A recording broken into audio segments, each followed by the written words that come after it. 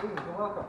I figured I might crank a few of these out since I'm going to be waiting here for a while. Probably for nobody to show up. But either way, at least I'm out here trying to do something and giving back regardless of what's going on. Okay, so I want to talk about longsword for a little bit. I think I've gone over in another video the basic anatomy of a longsword. We'll go over it again. This is my SCA longsword with some really nice steel-fitted hilt figures, and it's pretty torn up and just nasty in general. So we have, we have the pommel, the actual grip or handle of the sword. Trying to remember the proper name that people have given it. Whatever. Through that would be the tang and whatnot. These have nice taping forks which come out over that I'm able to tape down, glue down, and whatnot.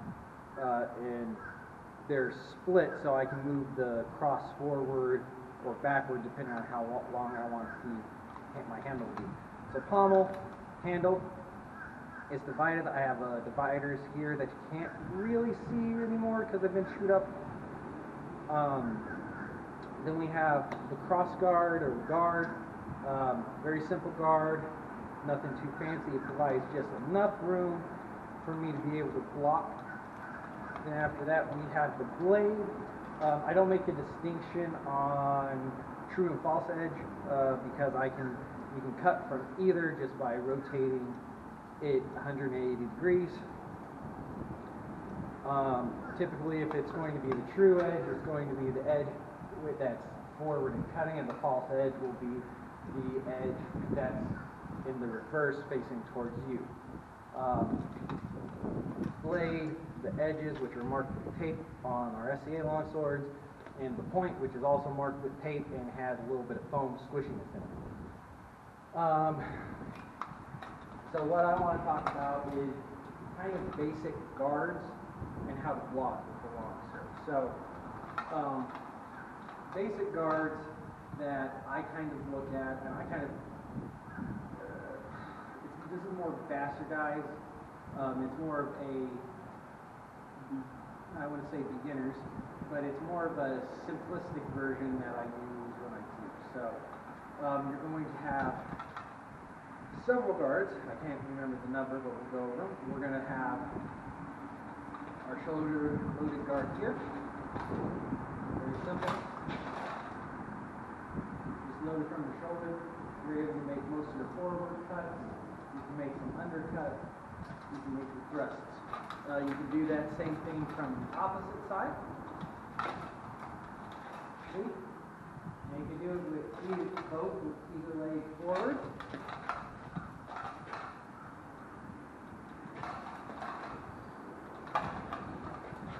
Got to get used to cutting with the opposite legs forward. We have those. There are two shoulder guards. Then we have our two lower guards. One here. It's a little more difficult to do than armor because armor can sometimes get in the way. Not always, but sometimes. Two lower guards that point slightly down towards the floor.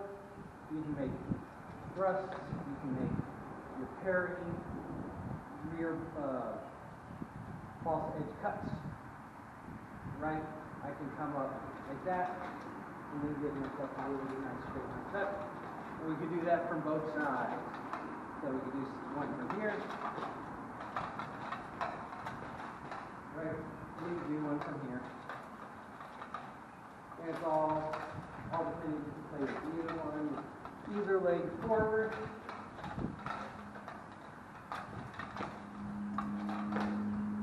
You just have to practice. So we have our two shoulder guards, two lower guards, right? Then we're going to have two high guards. You will recognize these as ox guard. We also have the transitional guard in between these, which would be unicorn.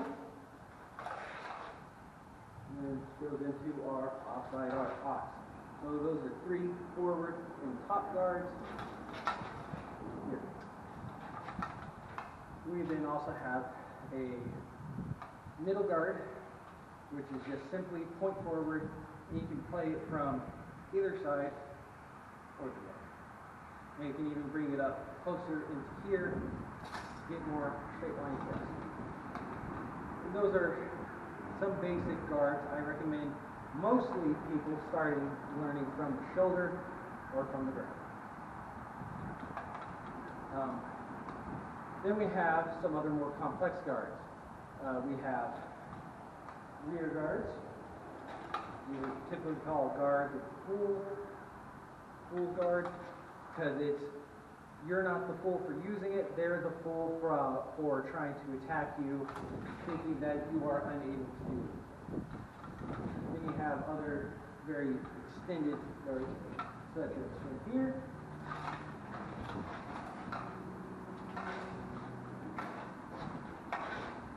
Right. I can also come in from my other side, from here. I can also have a guard just straight back, right? Those are simple guards. I think I covered mostly cuts from the other one, but let's go over those. I believe I said 7. 1, 2, 3, 4, 5, 6, 7. Yeah, the 6 cuts in the front. Is 1, 2, 3, 4, 5, 6, 7. Next, we're going to actually add 2 more guards. We're going to go 7, 8, and 9. So from here, I'm going to come up here and throw. Boom, boom, and that's 8 and 9. So let's try to string all those together. Step back so I don't accidentally hit the camera while I step. So we're going to go 1, 2, 3, 4, 5, 6, 7, 8, 9. Those overhead ones are slightly easier, especially if you're fighting in lost, where you're not wearing anything but maybe a tunic. But they're doable in armor. You just have to really understand the limitations of your armor and how you're fighting. Let's do those again. I'll do them side to side. Hopefully you can see.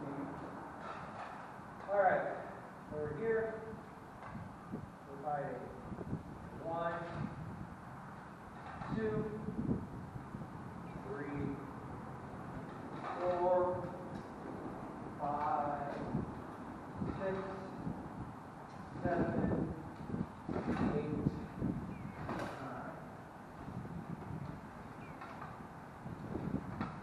We're just two more cuts in the basic. This really isn't a guard, it's more so the guard is here, and then you transition into your cut. So this is also, I believe this is either window,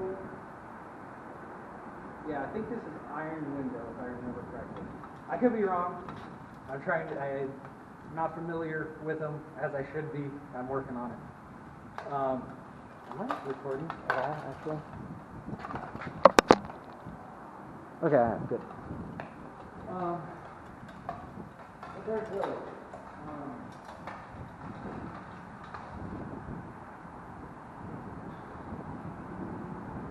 Yeah, that's basically them. Sorry, there's not much more there. Well, I guess the blocks is what I can do next. So, if you're fighting with longsword, you got to remember that you are constantly having to either strike, lock, or block, then strike. Not necessarily in that order. Sometimes you can do strike, strike, block, strike, you know. However, it's dependent on how your opponent is responding to the cues you're giving him, and the opposite of that to how you're responding to the cues that your opponent is giving. Simple blocks are very easy. If you're fighting forward, block here. Anything coming there, you can drop it a little more. Try to block your leg. I don't recommend that because I don't like putting my hands in the way of the block. If he's striking at your upper body, boom, boom, boom.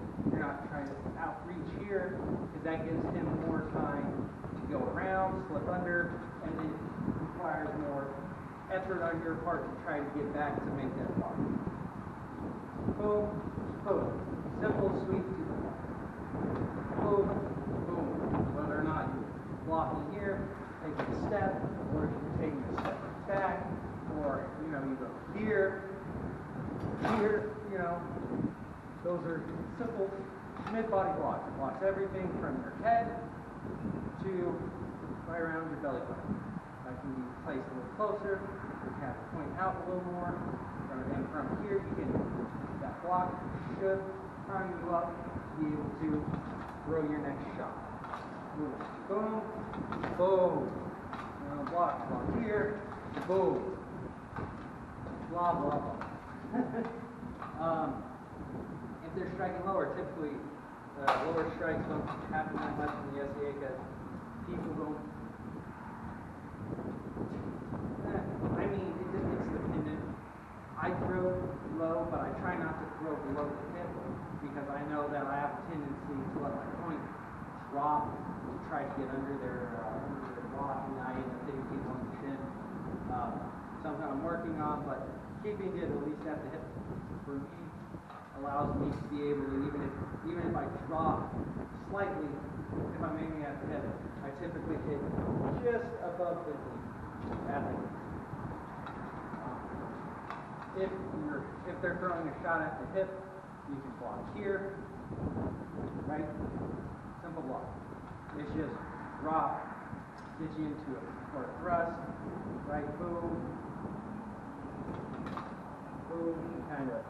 I can do a parry, do a back play, you parry here, same thing here, back play parry. I can also rotate and come up like that. If they're blocking, if they're throwing at my head, more center line than this block really permits, I do this kind of half block guard here because it allows me to do two things. I can either catch and displace, or if I block and I'm a little more in, or they're a little more out, then I can just flow through. So I can block here, I can also block here.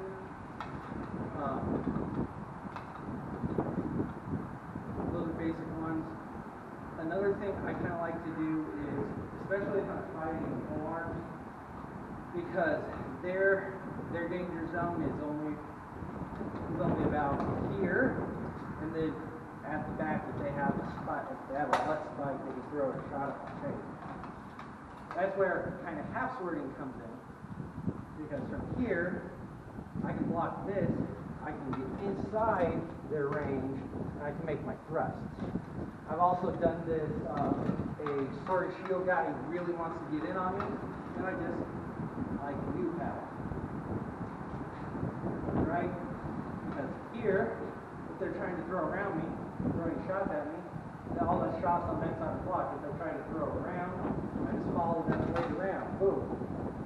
And then it always puts me in a position to be able to throw either a kind of short stick smack to the head, or I can come in here, hit that block, thrust up, I can hit here, right, and they back out, and then I throw up.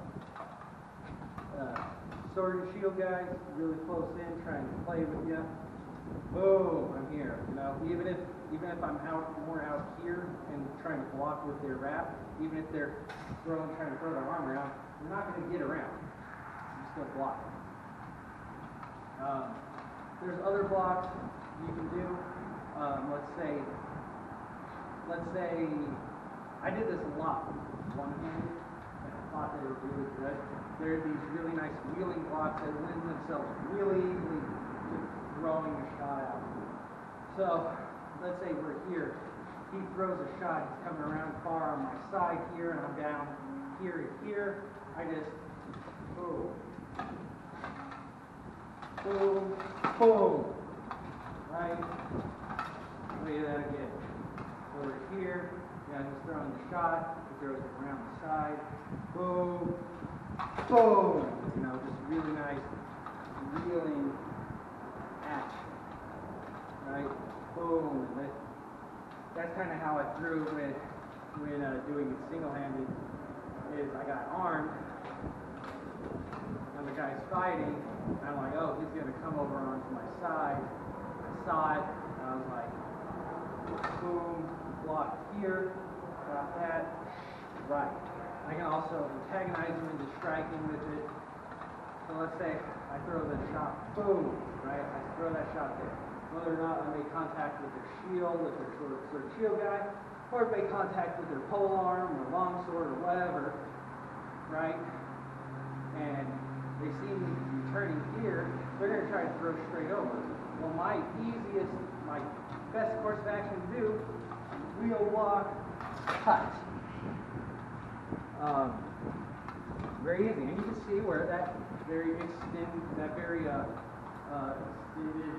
guard, or very pulled back guard, kind of comes into play. Is they throw that shot, they throw it around on, I make that cut, boom, blew out the other side. I throw that cut, and I'm coming back, and they're trying to follow me back in, boom, I come in here, boom, right, boom, boom, boom.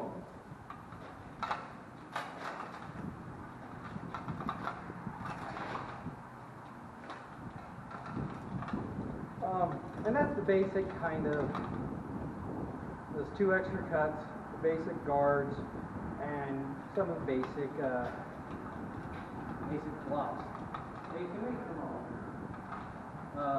Hope you enjoyed the video. Hopefully I'll be making more. I do think that I'm the only other guy going to be out here today, so unfortunately there's not going to be any fights where I can show you what the heck I'm talking about in a actual like combat situation or in a fighting situation, but that's fine. Hopefully when I decide to do this again, I'll have done it when there's not a event going on and there'll be more people ready and willing to come out and just get an extra fight in their but yeah, thank you all for watching the video. Y'all have a good day. Thank you.